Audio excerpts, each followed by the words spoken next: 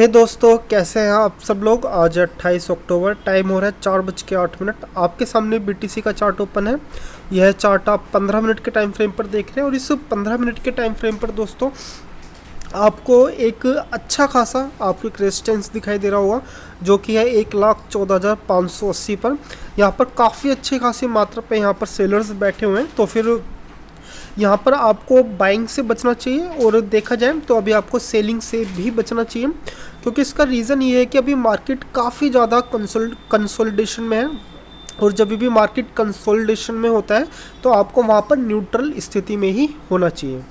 और वहीं अगर मैं आपसे सपोर्ट की बात करूं तो दोस्तों सपोर्ट है 1,14,170 पे, आप यहां पर सपोर्ट देख रहे हैं। तो फिर चलिए आइए हम सबसे पहले 5 मिनट के टाइम फ्रेम पर चलते हैं, क्योंकि ट्रेड तो हमें 5 मिनट के टाइम फ्रेम पर ही करना होता है।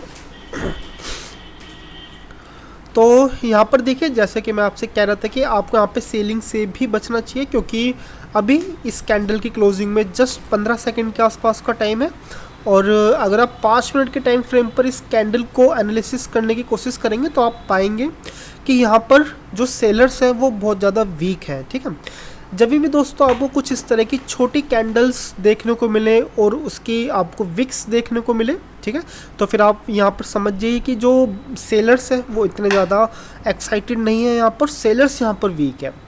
तो मैं तो आपको नहीं कहूँगा कि आपको यहाँ पर सेलिंग करनी चाहिए और आपको यहाँ पे बाइंग से भी बचना चाहिए। तो आपको यहाँ पर सिर्फ और सिर्फ न्यूट्रल रहना है और आपको चीज़ें देखनी है कि यहाँ पर कंसोलिडेशन का ब्रेकआउट किस तरफ होता है। देखा जाए तो आप ये जो छोटी सी कंसोलिडेशन देख रहे हैं, करीबन नहीं तो आधे घंटे के आसपास की कंसोलिडेशन है। जिस कंसोलिडेशन का जिस तरफ भी यहाँ पर ब्रेकआउट हो, आप वहाँ पर ट्रेड एग्जीक्यूट कर सकते हैं। एंड देन मैं तो भाई देखो अभी यहाँ पर न्यूट्रल हूँ, ठीक है, मैं यहाँ पर किसी भी तरफ नहीं हूँ। अगर यहाँ पर ऊपर की तरफ एक ब्रेकआउट देखने को मिलता है तो हम कोशिश करेंगे, ट्राई करेंगे कि बाइंग की तरफ जाए, और अगर नीचे की तरफ सेलिंग की तरफ यहाँ पर हमें सेल करने का मौका मिलता है तो हम देखते हैं। ठीक है, तो फिर चलिए जब भी यहाँ पर कोई एक अच्छा खासा ट्रेडिंग सेटअप बनता है तो दोस्तों मैं आपको इन्फॉर्म करता हूँ। यहाँ पर एक छोटा सा एक ट्रेड एग्जीक्यूट करें, एक छोटा सा रिस्क ले। ठीक है, मुझे पता है कि यहाँ पर कभी भी यहाँ पर सेलिंग आ सकती है, तो फिर चलिए सबसे पहले थोड़ा सा एक एसएल लगाया जाए, जो कि हमारा $400 के आसपास का है। अगर यहाँ पर एसएल हिट होता है तो हमारा करीबन $400 का यहाँ पर हमारा एसएल हो सकता है।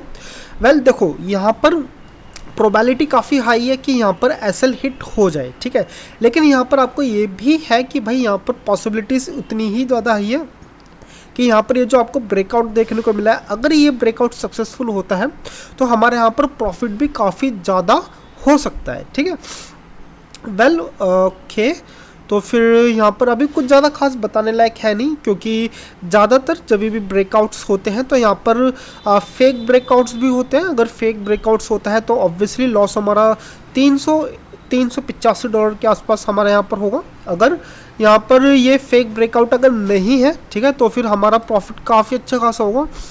मैं यहाँ पर सिर्फ और सिर्फ एसएल ट्रेल ही यहाँ पर मैं करना चाहूँगा। ठीक है, तो फिर आप इस ट्रेड को देखिए, अगर आगे कुछ चीज़ें होती हैं तो फिर मैं आपको इन्फॉर्म करता हूँ।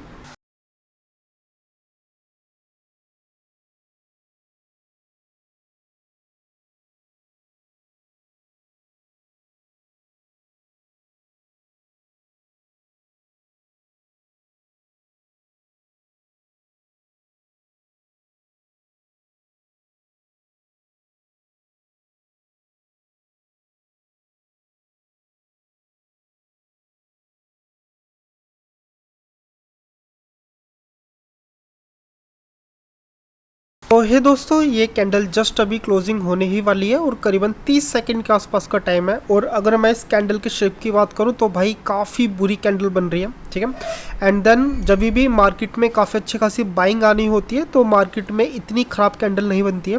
मार्केट में कुछ इस तरह की इतनी लंबी लंबी बिग मारीबुजू कैंडल बनती है। तो फिर चलिए आइए अपने एसएल को थोड़ा सा कम करा जाए, एंड देन अपना जो एसएल है वो थोड़ा सा ट्रेल करके अब $190 पे ही हमारे यहाँ पर एसएल हो सकता है। ठीक है, देखो जब भी मार्केट में कुछ इस तरह की इतनी छोटी, मैं इस चार्ट को आपको थोड़ा सा मैं आपको कंसोलिडेट करके दिखाता हूँ, जूम आउट करके दिखाता हूँ। तो देखिए आपको यहाँ पर जो कैंडल्स है वो काफ़ी छोटी छोटी देखने को मिल रही है, ठीक है। ये छोटी छोटी कैंडल्स ही इंडिकेट करती है कि भाई यहाँ पर बायर्स अभी इतने ताकतवर नहीं है, और यहाँ पर कभी भी आपको हाई सेलिंग भी देखने को मिल सकती है, ठीक है। तो फिर हमारा सबसे जो प्राइम जो मोटो रहेगा वो यही रहेगा कि अगर यहाँ पर इसी तरह की ये छोटी कैंडल बनती है तो दोस्तों सबसे पहले हम यहाँ पर अपना एसएल को न्यूट्रल करना चाहेंगे, ठीक है। अगर मुझे यहाँ पर $10 भी रखने का अगर मुझे मौका मिलता है तो मैं वो $10 भी मैं सबसे पहले रिजर्व करना चाहूँगा, ठीक है। अगर यहाँ पर मेरा अभी के फ़िलहाल एसएल ये हिट हो जाता है तो करीबन $190 लेके मुझे यहाँ से निकलना पड़ेगा। तो जस्ट यही है। एंड देन फ़िलहाल कोशिश तो यही रहेगी कि हम यहाँ पर कुछ ना कुछ डॉलर हम यहाँ पर रिजर्व रखें, और मैं इस ट्रेड को सिर्फ ट्रेल करना चाहूँगा, ठीक है। तो बस इतना ही है, कुछ ज़्यादा खास अभी बताने लायक है भी नहीं।